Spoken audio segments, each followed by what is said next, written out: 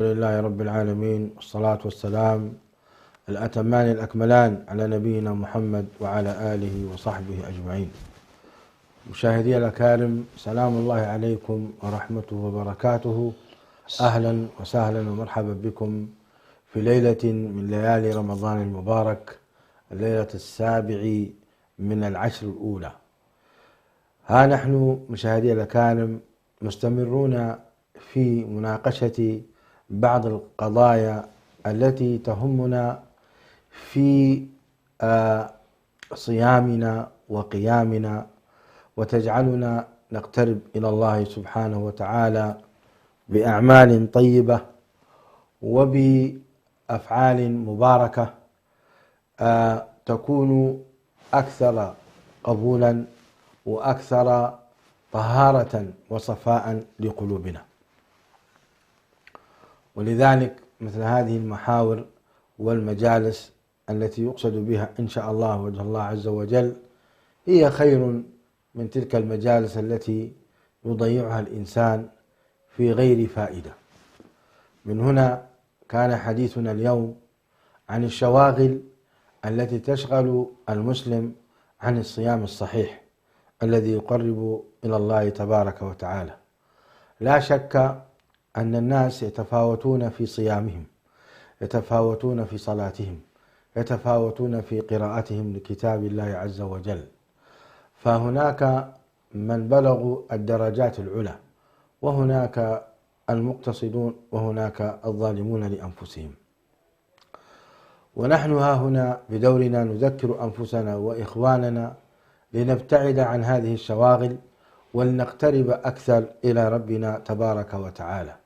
فالميدان مشاهدي الأكارم هو ميدان السباق، ميدان المسارعة، والله تعالى يقول: وسارعوا إلى مغفرة من ربكم، ويقول: وسابقوا إلى مغفرة من ربكم.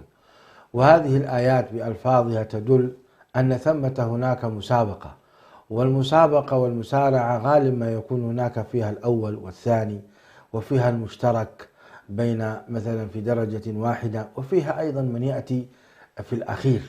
وهكذا أيضا درجات الجنة، وأيضا آخر من يدخل الجنة يوم القيامة، وكذلك أيضا من يمر على الصراط، هناك من يمر كلمح البصر، الله يجعلنا وإياكم منهم، اللهم آمين. وهناك من يمر كالريح، هناك من يمر كالفرس، وهناك من يمر أيضا كالذي يعدو عدوا، وهناك من يمر على الصراط مشاهدي الأكارم كالذي يعني يحبو حبوا، وهناك من يسقط والعياذ بالله فتأخذه كلاليب جهنم. فهنا حديثنا لئلا نسقط من الصراط فتتخطفنا كلاليب جهنم، نذكر أنفسنا وإياكم بالابتعاد عن الشواغل، نتعرف عليها ثم نبتعد عنها. فإن كنا ممن عافانا الله عز وجل منها فالحمد لله، نحمد الله عز وجل ونسأل الله الثبات. وإن كانت هذه الشواغل موجودة فينا فإننا نحرص أشد الحرص على الابتعاد عنها والاستغفار والمسابقة في الخير، خاصة أن هذه الليالي والساعات قد لا تعوض، بل هي لا تعوض. إذا ذهبت هذه الأيام تعويضها صعب جدا إخواني في الله. أي والله عز وجل يقول: وأنذرهم يوم الحسرة. فلئلا نتحسر يوم القيامة نذكر أنفسنا بهذا. أولا دعونا نفتتح هذه الجلسة بمشايخنا الكرام. اليوم ما رحبنا بهم، دخلنا في الموضوع طوالي كما يقولون. فأهلا وسهلا بشيخنا الدكتور حسن سلمان، وكذلك الشيخ محمد عبد الله. اليوم ما عندنا ضيف خارجي، الكنترول قصروا معنا، كنا نتمنى، ولكن مشاهدينا الأكارم من كان منكم يستمع إلينا فلا تبخلوا علينا بالمشاركة، نحن بكم وأنتم بنا، بارك الله فيكم. الشيخ حسن، نريد أن يكون هناك مدخل قبل أن نتحدث عن الشواغل، مدخل في حفاظ المؤمن على أوقاته. يعني حينما يكون الوقت ثمينا في غير رمضان فكيف مقامه في رمضان؟ الميكروفون عندك.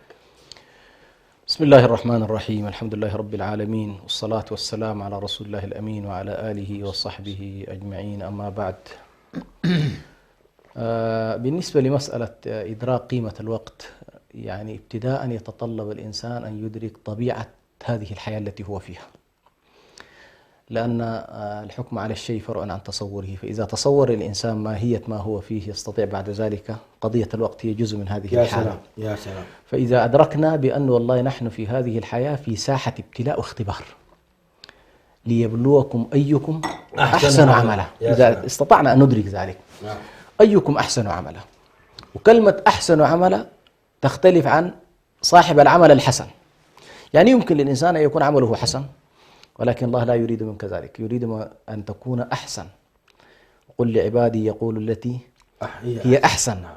فالقرآن دائما يحثنا على هذا الموضوع. فإذا أدركنا بأن والله هذه الدنيا ساحة اختبار، ساحة ابتلاء، والناس فيها ما دام في اختبار معنا في نتائج، وكما تفضلت هذه النتائج فيها الفائز وفيها الخاسر، فيها من نجا وعبر، وفيها والعياذ بالله من خاب وخسر، كما قال الله سبحانه وتعالى: والعصر إن الإنسان لفي خسر إلا الذين آمنوا وعملوا الصالحات وتواصوا بالحق وتواصوا بالصبر. فالخاسر من لم يحقق هذه الأربعة، وتخرج من الخسارة بهذه الأربعة: الإيمان والعمل الصالح والتواصي بالحق والتواصي بالصبر. فإذا سلكت هذا المسلك فأنت إن شاء الله من الذين ينجون عند الله سبحانه وتعالى. فإذا عظم الإنسان هذه المهمة، إنه والله أنت في اختبار، والاختبارات مدتها محددة، ما في حاجة اسمها امتحان مفتوح يعني إلى ما لا نهاية. عندك زمن معين، وهنالك رقابة لهذا الامتحان، وترصد كل حركة، وما في أي مجال للتلاعب في هذه الفترة، ثم تسلم ورقتك بعد كده، إما أجبت إجابة صحيحة وتنجو، وإما أنك لم تجب وتكون خاسر والعياذ بالله. فهذه الفكرة إذا تصورناها مصحوبة بشيء آخر. موضوع الابتلاء مصحوب بالجزئية التي ذكرتها، وهو ما دام في ابتلاء في اختبار، معناه في محطات أيضا لهذا الاختبار، وفي مادة، وفي شواغل، وفي عوائق، وفي صوارف، وفي خوادع، وفي قواطع، كما يقول ابن القيم عليه رحمة الله. هذه كلها تمر على الإنسان وتشغله عن قضية الابتلاء، تشغله عن المهمة الرئيسية. فالله سبحانه وتعالى مثلا يقول: زين للناس حب الشهوات من النساء والبنين والقناطير المقنطرة من الذهب والفضة والخيل المسومة والأنعام والحرث، إلى آخر الآيات. هذه كلها جعلها من الشواغل التي تجعل الإنسان ينحرف عن المهمة الأساسية. كذلك يبين الله لك أن هذه الدنيا عبارة عن لهو ولعب وزينة وتفاخر وتكاثر في الأموال والأولاد، كمثل غيث أعجب الكفار نباته ثم يهيج فتراه مصفر. فجعل الله سبحانه وتعالى هذا الابتلاء حتى يكون فعلا يعني يختبر فيه إرادات الناس، وتختبر فيه أعمالهم، ويختبر فيه أوضاعهم. لا بد أنك والله تستطيع أن تعبر هذه القضايا. طيب، هذه مرتبطة أيضا حتى تكون أنت فعلا تتجاوز ذلك. لا بد أن تغتنم أوقاتك. أعمارنا محدودة، يعني أعمارنا محدودة. لو أردت أن تحسب كل ما عشنا مثلا 70 سنة 80 سنة أمة النبي صلى الله عليه وسلم، ستلاحظ بأنه والله الثلث منها قد يمضي في النوم، والثلث قد يمضي في الأعمال الحياتية، وعندك أشياء فترة بسيطة جدا أنت كيف تغتنم هذه الفرصة. وهنا عندما يدرك الإنسان بأنه والله أمامه فرصة محدودة، والعمر هذا عبارة عن دقائق وثواني، ثم يدرك بأنه أيضا والله ولا يعرف هل سيكون من أصحاب 80 أصحاب 60 ولا سيكون من أصحاب 20 ولا يكون أصحاب 15، أيضا لا تدرك. فأخفى الله سبحانه وتعالى هذه المسألة، حتى الوقت نفسه غير محدد. يعني والله لو قيل لنا أنتم يا أخي جميعا ستعيشون 100 سنة، يبقى السباق بعد كده والله قدمنا أخرنا في 100. لكن من حكمة الله حتى يكون الاختبار أيضا اختبارا فيه عنصر المفاجأة في الزمن، أخفى عليك قضية الزمن ومتى ستموت. إذن هذا أيضا عامل إضافي يجعلك أنت في حالة استعداد. أيضا هذه الأوقات الله سبحانه وتعالى من حكمته ملأها لك بالأعمال، ملأها لك بالأعمال. يعني لا يكاد يمر وقت من الأوقات ليس لله فيه عبادة. الله أكبر. لاحظ، يعني مثلا لو اعتبرنا الصلوات، أنت 5 صلوات في اليوم والليلة فرقها الله بينكم، قسمها لك، سبحان الله. لاحظ، حتى لا تكون غافل. أيوه. أعطاك الصيام، موضوع الزكوات، قضية الحج، قضية العمرة، أذكار الصباح، أذكار المساء، الأذكار التي تتعلق بكل حركة نقوم بها، فتجد الوقت كله ملان. طيب هل يستوي من شغل نفسه في كل حالة بواجبها ومستحبها ومطلوبها وبين من هو غافل أصلا وغير منتبه؟ هذه مسألة. ولذلك الله سبحان تعالى الله يقول ولا تكن من الغافلين، ولا تكن من الغافلين. فلذلك نحن سبحان الله لو انتبهنا إلى أحكام ديننا وشعائر هذا الدين تكسبنا موضوع الوقت الذي تحدثت عنه. كيف نكون حريصين على يوم القيامة يقولون يا ويلنا قد كنا في غفلة من هذا. أيوة. بل كنا ظالمين فعلا. وما ظلمناهم ولكن كانوا أنفسهم يظلمون. فموضوع الوقت حقيقة يعني لو نظرنا إليه، الصيام الآن مثلا يعلمنا كيف ننضبط أيضا في أوقاتنا، عندما تكون البداية من لحظة معينة سبحان الله والنهاية من لحظة معينة. وكلوا واشربوا حتى يتبين لكم الخيط الأبيض من الخيط الأسود من الفجر. نعم. يعني أحيانا سبحان الله تمر عليك اختبار. يعني أنا الصباح مثلا تأخرت في السحور، ومسكت الكوب ومسكت التمرة وأذن الأذان، الله، وولدي بالقرب مني يقول لي يا أبوي لا هذا الأذان الثاني إيش اسمه عندنا هذه التوقيتات في توقيتين كده. نعم. فخلاص أنت في محك، ماذا تفعل؟ نعم صحيح. النفس جائعة ومشتهية ولكن أنت فين؟ فعلى كل الله سبحانه وتعالى يربي فينا هذه قيمة الوقت تحديدا، لأنه سبحان الله عنصر الوقت عنصر أساسي في الاختبار، وبالتالي كيف نستطيع نحن أن نعزز هذا الموضوع؟ ولذلك سبحان الله العلماء تكلموا حتى في الأعمال الصالحة والطيبة، يقول لك والله شوف ما هو أنفع وما هو أفضل. صحيح. وما هو حتى بعض الناس تجد ما شاء الله في عمل صالح. نعم. لكن لو سألته يا فلان أليس لو أنك فعلت الشيء الفلاني كان أنفع؟ نعم. مثلا بدل أن تقرأ القرآن وأنت جالس، لما لا تقرأه وأنت قائم وأنت تصلي مثلا؟ نعم. فهذه كلها من القضايا اللي لو إنسان سبحان الله تفقه في عنصر الزمن وأدرك قيمة الأعمال، فهذا إن شاء الله من الأشياء التي على بارك الله فيك يا شيخ حسن على هذا البيان الطيب. الشيخ محمد عبد الله، بعد أن سمعنا إلى هذه المقدمة الطيبة في أهمية حفظ الوقت، وربنا عز وجل أقسم بالوقت وأقسم بجزء منه والضحى والليل إذا سجى، فالآن سنخوض في موضوعنا الأصل الذي هو بعض مشاغل الصيام. فلو تذكر لنا مثلا يعني مما ينشغل فيه الإنسان من باب التحذير ومن باب التذكير. هناك مشاغل اليوم كثيرة. طبعا نحن هنا لا نذكر ما يتعلق بمفسدات الصيام كالطعام والشراب والجماع، ليس هذا موضوعنا، مبطلات، لكن هذه مبطلات. نعم. وإنما التي تنقص أجر الصيام. الميكروفون لديك حفظك الله. بسم الله الرحمن الرحيم، الحمد لله رب العالمين، وصلى الله وسلم وبارك على نبيه ومصطفاه وعلى آله وصحبه ومن والاه. بادئ ذي بدء، أي شخص له هدف يريد أن يصل إليه ينبغي أن يركز على هذا الهدف حتى يصل إليه باقتدار في أي مشروع، سواء كان مشروع دنيوي أو مشروع أخروي. هذا هدف لابد أن تصل إليه. هذا الإنسان لو أشغل نفسه ببنيات الطريق ستجد أنه ربما لن يصل إلى هذا الهدف، أو أن وصوله سيكون ضعيفا.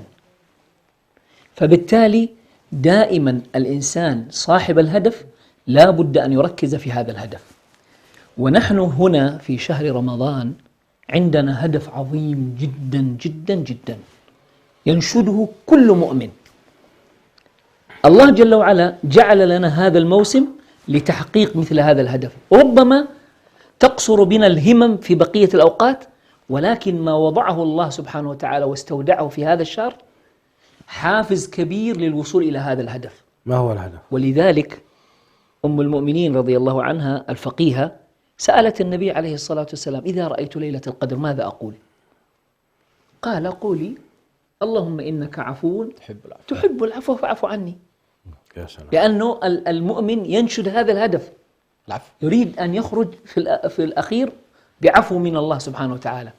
لذلك ورد عن المصطفى عليه الصلاة والسلام في الدرجات الثلاث قال رغم أنف من أدرك رمضان ولم يغفر له. يعني أنت الآن دخلت في هذا الموسم وتخرج بدون مغفرة، هذه المصيبة العظمى. وبسبب ماذا يخرج المؤمن وهو غير مغفور له؟ هذا الموضوع الذي نتحدث عنه هو أحد المدلهمات التي تكون سببا في خسارة هذا الهدف. جميل. وهي هذه الشواغل التي نتحدث عنها. لذلك الهدف أننا نخرج وقد غفر الله لنا. اللهم أعتق رقابنا من النار، أليس هذا دعاء المؤمنين؟ بلى. والله جل وعلا في كل ليلة يعتق آلاف من المؤمنين ويعتق رقابهم من النار، وفي آخر ليلة يعتق مثل هذا العدد. يعني هل يتصور أنه بدون شحذ الهمم وبدون يعني الجد والاجتهاد يمكن أن الوصول إلى هذا الأمر؟ لا، مستحيل. فلذلك أحد المسببات لخسارة هذا الهدف هي هذه الشواغل التي نتحدث عنها. الشواغل كثيرة، الشواغل كثيرة، منها ما هو محرم ومنها ما هو مباح. أحيانا قد يكون مباح ولكنه يشغلك عن هذا الهدف الأساس. من الأشياء المحرمة الخوض في أعراض الناس. يعني بدل من أن يمسك الواحد منا مصحفه ويقرأ في القرآن الكريم تجد يخوض في أعراض الناس، فلان فيه وفلان ما يخطيه، النساء والرجال يقولون ويقولون وهم يوزعون حسناتهم لهؤلاء الناس. الله مستعان. أو التلفظ ببعض العبارات، الكلام الفارغ، الغيبة، النميمة، الكذب، قول الزور، تنقص أجر الصيام. كل هذا يفت في عضد الصيام. بل يعني ورد في بعض الآثار، وإن كنت لا أذكر الآن، شيخنا الشيخ يحيى اليحيى كان يأتينا بهذه الآثار الدقيقة. يعني ورد في بعض الآثار أن المؤمن في صيامه إذا كان عنده مثل هذه الأشياء كالخرقة التي تقطعت وأصبحت مشوهة. هكذا ورد في آثار.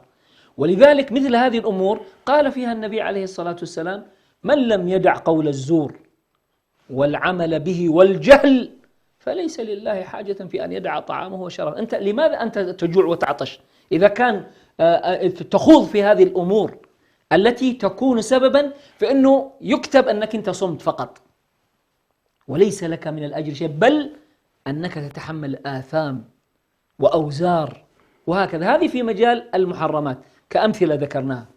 وفي مجال المباحات، في مجال المباحات بعض الشباب تخيل يعني يسهر طول الليل، ثم من الأشياء الجميلة يصلي صلاة الفجر، بعد صلاة الفجر بعضهم يلعب كورة، يذهب يلعب كورة حتى يعني يجهده التعب، ثم ينام نومة ما يقوم إلا على أذان المغرب، يضيع أشياء كثيرة، يضيع الفرائض ويضيع السنن ويضيع قد تدخل في الحرام. نعم، هو دخل في محرم على صحيح. فبالتالي مثل هذه الشواغل وألعاب البلاي ستيشن وألعاب مش عارف إيش والجوالات والسوشيال ميديا والأشياء هذه كلها، سواء كان منها المباح أو كان منها المحرم، هي في النهاية تخرجك عن الهدف الأساسي. سباق الخيل أو أي سباق خيل أو سباق سيارات أو سباق اختراق الماراثون، هذا المتسابق لو خارج المضمار هل يحسب؟ ما يحسب. لا بد أن يخوض يكون في المضمار حتى يصل. هذه الأشياء الشواغل هذه هي عبارة عن الخروج عن المضمار الذي حدد لأجل هذا السباق. طيب شيخ محمد، هل يعني هذا أننا نكون 24 ساعة ذاكرين لله مصلين مسبحين، أو هناك ساعة وساعة؟ نرجع لكلام الشيخ حسن، المؤمن كل وقته مع الله. شوف ديننا ليس فيه رهبانية، يعني ما قال لك اذهب إلى المسجد ظل في مسجدك من بداية رمضان إلى نهايته، لكن وأنت تخوض في حياتك أنت مع الله. أنت الآن تشتغل بيديك، تكتب، يا أخي شغل لسانك، استغفار، توبة. رحمة الله على ذاك الرجل الشيخ بن باز، والله ما في مجلس يجلس فيه إلا وتجد ذاكر لله سبحانه وتعالى. هذا السائل يسأل والشيخ بن باز تسمع استغفاره وتهليله وتسبيحه. فعمل المؤمن ليس مرتبط بأمور معينة، إذا لم يكن فيها لا يعبد الله، هو في عبادة دائمة يعني حتى في المباحات. صحيح. احنا بلا شك الشواغل خطيرة تنقص من الأجر، لكن هذا لا يعني أن 24 ساعة لا هذا لا 24 ساعة نصلي صلاة و24 ساعة. والله السلف كانوا يفعلون ذلك يا أبو عبد الرحمن. السلف كانوا يتركون دكاكينهم يغلقونها في رمضان حتى يتفرغوا لقراءة القرآن ولعباده. نحن لا نقول بهذا، أنت خليك في عملك وفي حياتك وكل شيء، لكن أيضا الأوقات التي تكون فيها خاليا لا تضيعها في مثل هذه المتاهات. يعني صحيح ورد عن السلف كانوا يختمون القرآن كل ليلة، وبعضهم يختم القرآن مرتين في اليوم، وأكثر ما ذكر أنهم يختمون القرآن 4 مرات. الله. لا 8 مرات، 4 وأربعة بالليل. كيف يتأتى هذا يا شيخ إبراهيم؟ ولا شك أن هذا معناته أن وقتهم كله 24 ساعة في طاعة الله، لا ينفكون إلا لنوم، نومهم القليل أو طعام.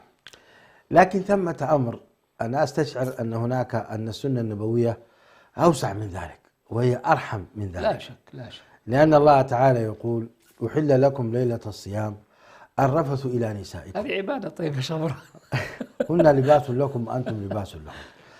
الرفث إلى نسائكم ليس المقصد فقط مجرد يعني إباحة الجماع، وإنما في وصف آخر زائد عن هذا، فقال: هن لباس لكم وأنتم لباس لهن. هذه واحدة، وهذا في رمضان، في ليالي رمضان. الثانية قال سبحانه: ولا تباشرهن وأنتم عاكفون في المساجد. مفهوم المخالفة أنك باشر في غير المساجد. ولما نأتي إلى السنة النبوية نجد أن النبي عليه الصلاة والسلام كان يداعب أهله ويداعب زوجاته، وهو في نهاية رمضان ويقول: القبلة للصائم كالمضمضة، مما يدل على أن ثمة في ديننا في إراحة. لكن نحن اليوم موضوعنا هو موضوع الشواغل التي فعلا ذهب منها الصيام حقيقة. يعني أنت تصوم طول النهار وأنت نائم، وبالليل أنت مع المسلسلات والسوشيال ميديا وكرة ولعب، صح، ودومنا ومش عارف إيش. وين راحت ما بقي شيء. يعني الطيب مننا المحسن مننا هو الذي يحافظ على صلاة التراويح. بعد صلاة التراويح لا تسألوا أين ذهب. فإحنا بنقول للمقصر انتبه، والذي يرتكب معاصي وذنوب نقول له أنت في خطر عظيم. نعم. مشاهدي الأكارم، طولنا عليكم، فاصل ثم نعود إن شاء الله.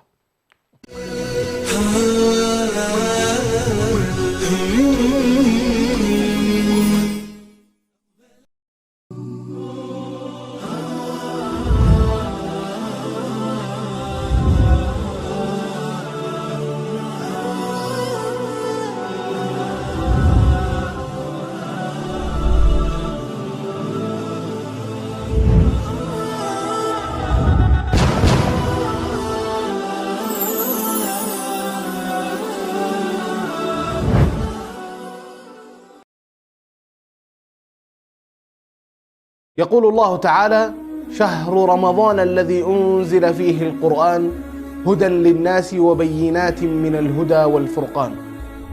منهن من لجأ إليها النبي صلى الله عليه وسلم بعد أن جاءه الوحي لأول مرة قائلا: زملوني زملوني. ومنهن من لقبت بذات النطاقين لما أعانت به النبي صلى الله عليه وسلم وصاحبه لما أن كانا مهاجرين. ومنهن من لما النبي صلى الله عليه وسلم صحيفة كسرتها في حضرته وهو يقول: غارت أمكم غارت أمكم. ومنهن من لقبت بذات النطاقين لما أعانت به النبي صلى الله عليه وسلم وصاحبه يوم أن كانا مهاجرين. ومنهن من أزالت سل الجزور عن ظهر النبي صلى الله عليه وسلم بعد أن ألقاه المشركين عليه وهو ساجد يصلي لربه. ومنهن من كانت ذات شأن عظيم فهي أخت لأم حبيبة زوجة النبي الكريم. ومنهن من أنشدت شعرا أمام النبي صلى الله عليه وسلم فاستحسنها وقال: هي فلانة. ومنهن من قال الله فيها: يا أيها الذين آمنوا إذا جاءكم المؤمنات مهاجرات فامتحنوهن. كلهن صحابيات جليلات، لنتزود وإياكم من سيرتهم العطرة عبر المسابقة الرمضانية الكبرى صحابيات، والذي يعود إليكم بموسمه الثاني عبر شبكة سلام الإعلامية، والذي يأتيكم في شهر رمضان المبارك من يوم الاثنين وحتى يوم الجمعة. فنسعد بتواصلكم ونشرف بسماع أصواتكم، فكونوا على الموعد.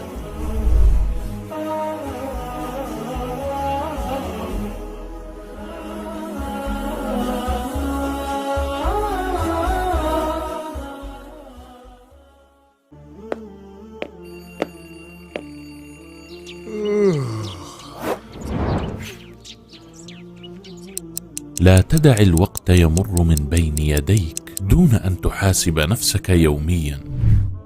هل صليت في جماعة؟ هل ابتعدت عن اللغو؟ هل تصدقت على فقير أو مسكين؟ هل قرأت وردك اليومي من القرآن؟ إياك أن تكون ممن أدرك رمضان ولم يغفر له. دائما ما نحرص على الاستماع إلى القصص والحكايات. فرسان شجعان، حيوانات ساحرة، وروايات من أماكن مختلفة، مجموعة من القصص والحكايا الخيالية نحكيها لكم بأسلوب شيق وسهل، ونأخذ منها الدروس والعبر في برنامجكم يحكى أن، مع صديقكم عبد السلام ناصر وموفق ناصر، على شبكة سلام الإعلامية.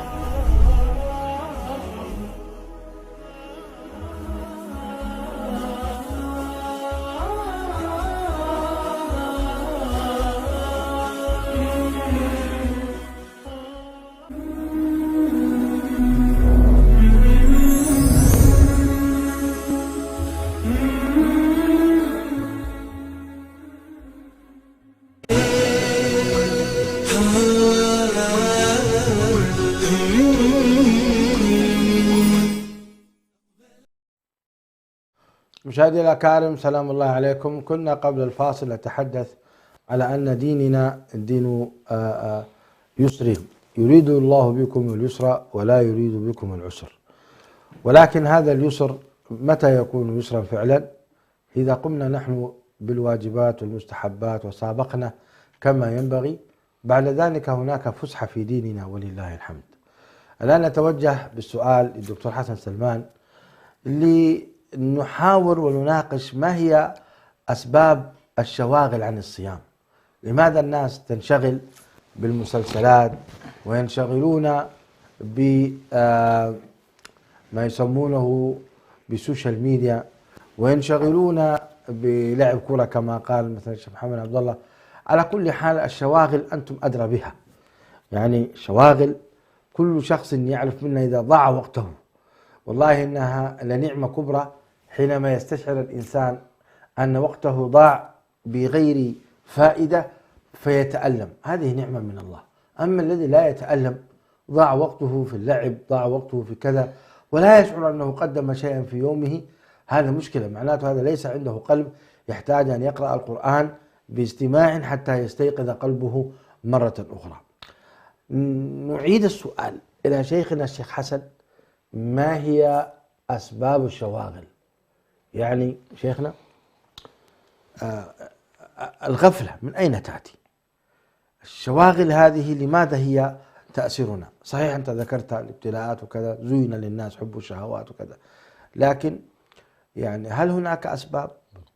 ثم سننتقل للشيخ محمد عبد الله لنستمع علاج هذه الأسباب كيف تكون.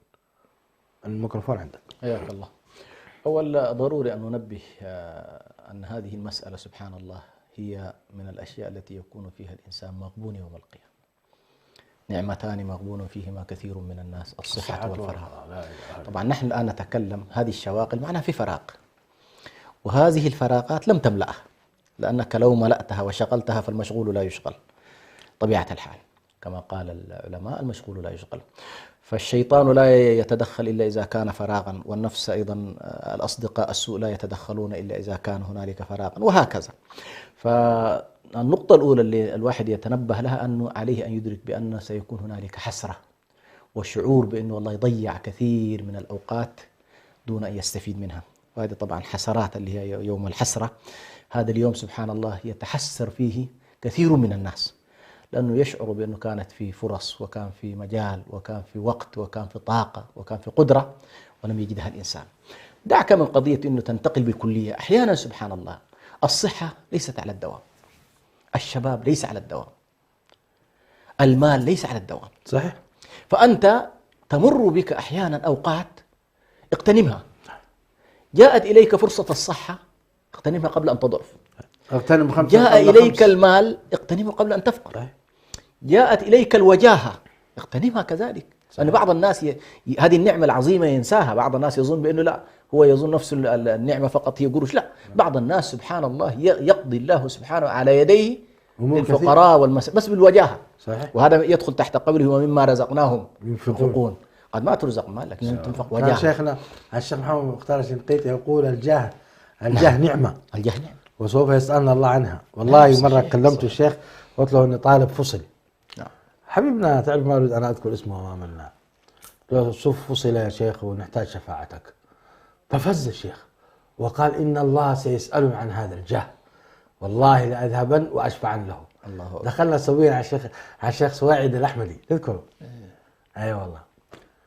فاول ما شاف الشيخ سواعد الأحمدي الشيخ محمد مختار الشنقيطي قام من مكتبه فزعا ومسرورا وذهب واغلق الباب، لان الشيخ اذا دخل حيدخل الطلاب كلهم لمكانة الشيخ محمد مختار الله يجزيه خير ان نذكره بخير. فشفع للطالب، الطالب فصل طبعا طوي قيده فأعيد فورا وقال ان الله سيسألنا عن هذا الجاه. فكان كلامك صحيح. قطعت حديثك يا شيخ. حياك الله شيخ. فبالنسبة حقيقة لموضوع الشواغل، الأسباب جزء من الأسباب أسباب ذاتية نفسية. قل هو من عندي أنفسكم. يعني مثلا ضعف الإرادة في الإنسان. كثير من الناس سبحان الله تجد إشكالياته أنه لا عزم له. ومسألة العزم وقوة الإرادة والتصميم والإصرار على وصول الهدف الذي ذكره فضيلة الشيخ محمد مسألة مهمة جدا. يعني ما تكون ولم نجد له عزمة. خليك أهل عزيمة، أهل إصرار، إنك والله لا بد أن تختم مثلا كل 3 أيام، أصر على ذلك. بعض الناس عنده ضعف، ليست له عزيمة، ليس له إصرار، وليس له هدف واضح هو يريد أن. هذه واحدة. مسألة الجهل بطبيعة الفضل الذي أعده الله في هذا الشهر، بعض الناس تفوت عليه. هذه واحدة من الإشكالات. هذه إشكالات نفسية لا علاقة لها بالآخرين. الكسل أيضا بعض الناس يمنعه عن كل ما تتكلم عنه. كسول. صحيح. والنبي صلى الله عليه وسلم تعوذ من الكسل. تعوذ من العجز وتعوذ من الكسل. سبحان الله. فقالوا العجز غياب القدرة، والكسل غياب الإرادة. والنبي صلى الله عليه وسلم تعوذ من الأمرين، أعوذ بك من العجز والكسل. فالعاجز عنده قدرة لكن يعني عنده مشكلة. عنده إرادة لكن عنده مشكلة. عنده مشكلة كونية، قضاء وقدر. أيوة. يتمنى أن يفعل ما يقدر ولا يستطيع، عاجز. صحيح. فهذه مثلا بعض الأسباب الذاتية في الإنسان. جهل، هوى، أيضا الأهواء، ضعف الإرادة، عدم القدرة. هذه كلها تدخل في الأسباب الذاتية في أن الإنسان لا يستطيع أن يملأ شواغله. هنالك أسباب محيطة. البيئة التي من حولك، والبيئة أدخل فيها كل الأسرة. قل إن كان آباؤكم وأبناؤكم وإخوانكم وأزواجكم وعشيرتكم وأموال اقترفتموها وتجارة تخشون كسادها ومساكن ترضونها أحب إليكم من الله ورسوله. هذه كلها شواغل. هذه كلها شواغل. يعني ممكن بعض الناس يشغل بهذه القرابات، يشغل بالأموال، فتشغله سبحان الله عز وجل. قال لك كل هؤلاء ضع لهم مساحة. إنما أموالكم وأولادكم فتنة. نعم عليكم. فهذه البيئة، والبيئة مؤثرة. والأصدقاء، أصحاب السوء، تجد سبحان الله الإنسان يجامل هؤلاء حتى يمر عليه شهر رمضان. الله المستعان. الثالث، صحيح المرض تصفد لكن الشيطان حاضر. حاضر عبر وسائل الشيء، الصغار موجودين، يضعف تأثيره لكن يبقى أيضا هذه موجودة. فبالتالي مصائد الشيطان والبيئة بمختلف اتجاهاتها والنفس البشرية التي هي بين جنبيك، إذا لم تستطع الانتصار عليها فعلا أنت بارك الله فيكم. الشيخ محمد عبد الله، استمعت إلى الأسباب، أعطينا العلاج.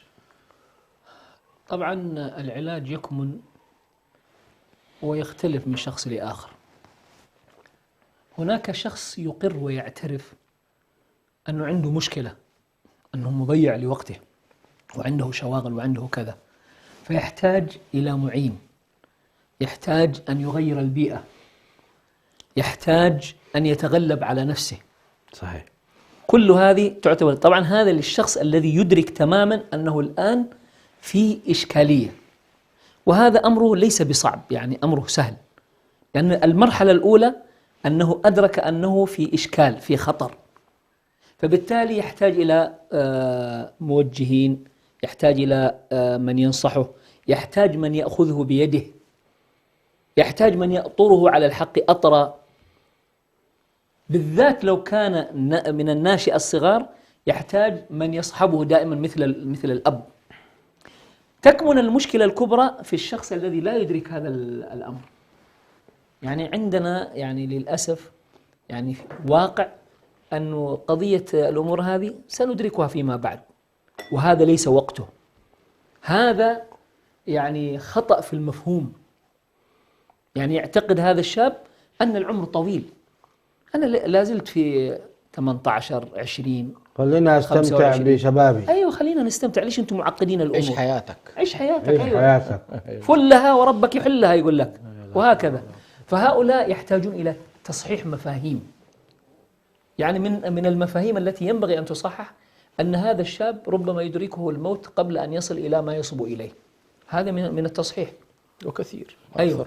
هذا الشاب يحتاج إلى أن نبين له أن ما تتمتع به الآن قد تفقده غدا، واذهب إلى المصحات وإلى دور الرعاية، ستجد أن هؤلاء لا يستطيعون أن يقوموا حتى بأمر نفسهم. يا لطيف. وضيعوا شبابهم. يا لطيف. كل هذا يحتاج إلى تصحيح مفاهيم. إذا صححت مفاهيم هذا الشاب وأدرك أنه في خطر، ربما يعود ويبدأ يزاول حياته بالشكل الطبيعي الذي ينبغي أن يكون عليه. لأنه عندنا مفهوم مغلوط، عندنا مفهوم مغلوط عند الشباب. حينما تقول له استقم على طاعة الله، يعتقد أنه عقد نفسك، أنك لا تتمتع، لا تلعب ولا تلهو. الله. أنا أكرر على الشباب دائما، أقول له استقامتك لا تمنع من أن تزاول نشاطاتك، من أن تلعب، من أن تلعب الكورة، ومن أنك يعني تتمتع بشبابك، لا بأس، ولكن في إطار ما أباح الله سبحانه وتعالى. فهذا من المفاهيم المغلوطة التي رسخت عند الشباب، مما أدى إلى تضييع مثل هذه الأعمال الصالحة في مثل هذا الشهر العظيم.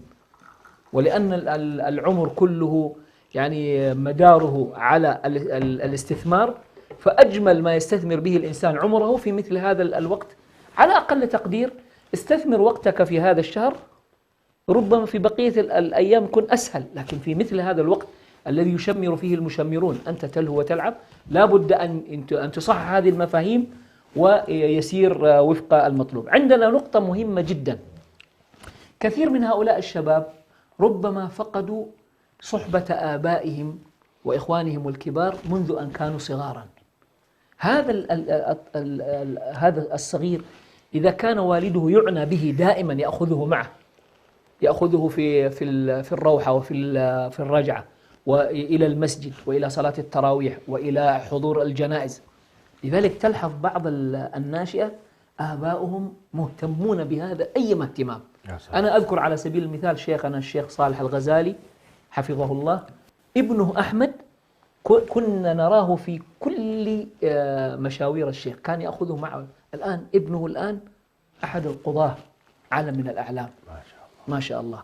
شايف؟ فبالتالي أيضا نحن الناشئة نحتاج أن نأخذهم معنا وأن نصحبهم، حتى يعني هو أقرب من يقتدي به الطفل هو والده. فإذا كان والده يتركه في هذه الفترة العمرية سيفاجأ أن ولده يعني سلك مسالك لا يدري عنها أبدا. في التالي هنا يعني بمثل هذه الأمور نستطيع إيش أن نعالج. وطبعا ما يخفاكم أن الوقاية خير من العلاج. يعني بدل من أن نسعى في علاج هذه الإشكاليات نسعى فإننا يعني نجعل لهؤلاء الناشئة وقاية، بحيث هذا النشء يكون على ما يحب الله ويرضاه، وبعد ذلك الهداية بيد الله سبحانه وتعالى.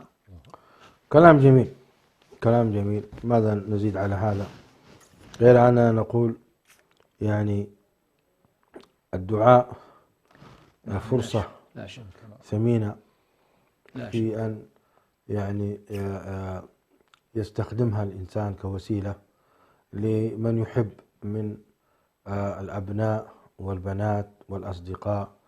الإشكال ليس فقط في يعني غفلة الأبناء، حتى في الكبار. يعني كثير من الناس في غفلة، الله المستعان، نعوذ بالله من الغفلة. ولذلك نهى ربنا عز وجل نبيه عليه السلام بقوله ولا تكن من الغافلين. وفي الحديث الصحيح عنه عليه الصلاة والسلام قوله الناس في غفلة فإذا ماتوا انتبهوا. فكما تفضلتم الشاب المسلم والشابة المسلمة هؤلاء في ريعان شبابهم يريدون أن يستمتعوا بالشباب ويستمتعوا بحياتهم. الطاقة التي في أجسادهم تدفعهم إلى ذلك دفعا. ويعني من هنا توجيه الشاب. أنا أتذكر حديث النبي عليه الصلاة والسلام إن لكل عمل شرة ولكل شرة فترة، فمن كانت فترته إلى سنتي فقد اهتدى ومن كان فترته إلى غير سنتي فقد ضل. فلما تكون يعني فترة الشباب في سنة النبي عليه الصلاة والسلام فهي حقيقة. لكن أيضا استوقفني أمر وأنتم أنتما تتحدثان حول قول النبي عليه الصلاة والسلام من لم يدع قول الزور والعمل به والجهل. كلمة الجهل لفظ عام حقيقة داخل فيه الجهل بمعنى المعاصي، الجهل بمعنى الجهل فعلا وهو فقدان العلم. فقدان العلم يعني فاعلم أنه لا إله إلا الله واستغفر لذنبك. أنا أعتقد أيضا فقدان العلم الحقيقي وبمفهومه الحق، أتوقع هذا يعني سبب كبير في كثير من غفلة الشباب والشابات وغفلة الكبار أيضا. الشاب معذور ربما لصغر، لكن شايب في 60 سنة في 70 سنة حينما يضيع وقته متربع تجده يلعب ليالي رمضان بولود، والدخان بيده اليمنى وهنا تعظم المصيبة، والشيشة بيده اليسرى. يا الوقت والله إنك تحزن على مثل هؤلاء. شيخ حسن، يعني تحدث الشيخ محمد عن علاج هذا الموضوع من حيث التذكير وكذا.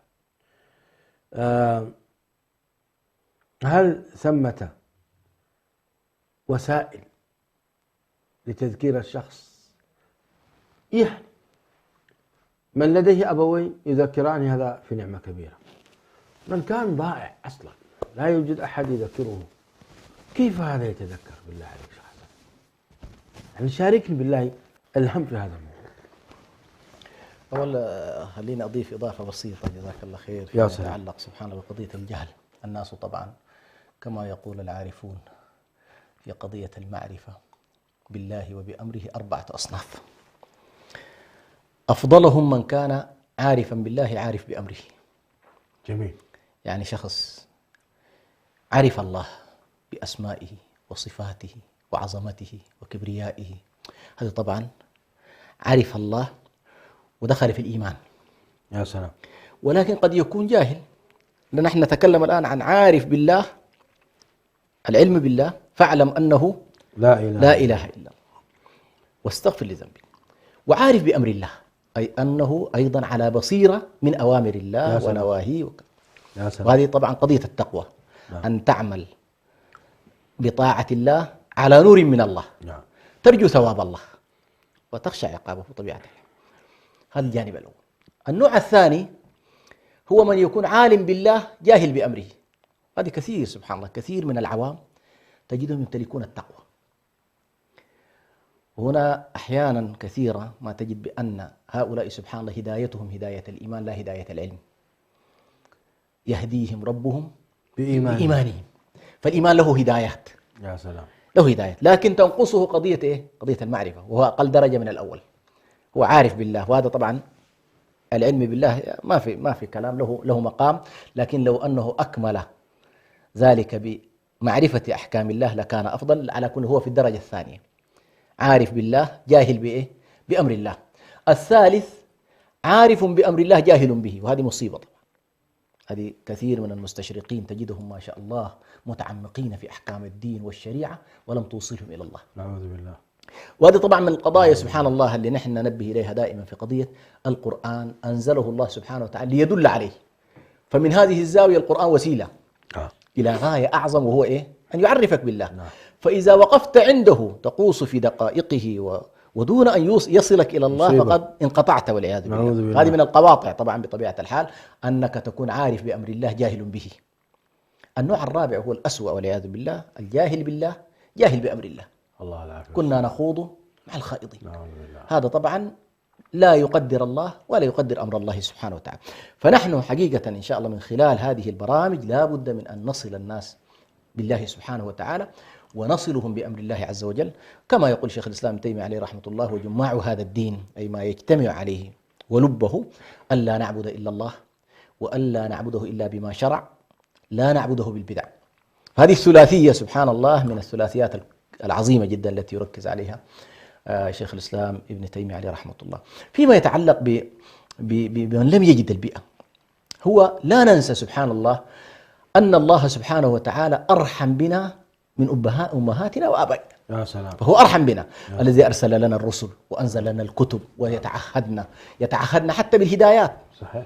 فالله سبحانه وتعالى لو نظرنا إلى بعيدا عن منطق الرسل والرسالات، لاحظ ركب فيك أمرين عظيمين ليدلك إليه. ركب فيك فطرة لو حافظت عليها تدلك إليه.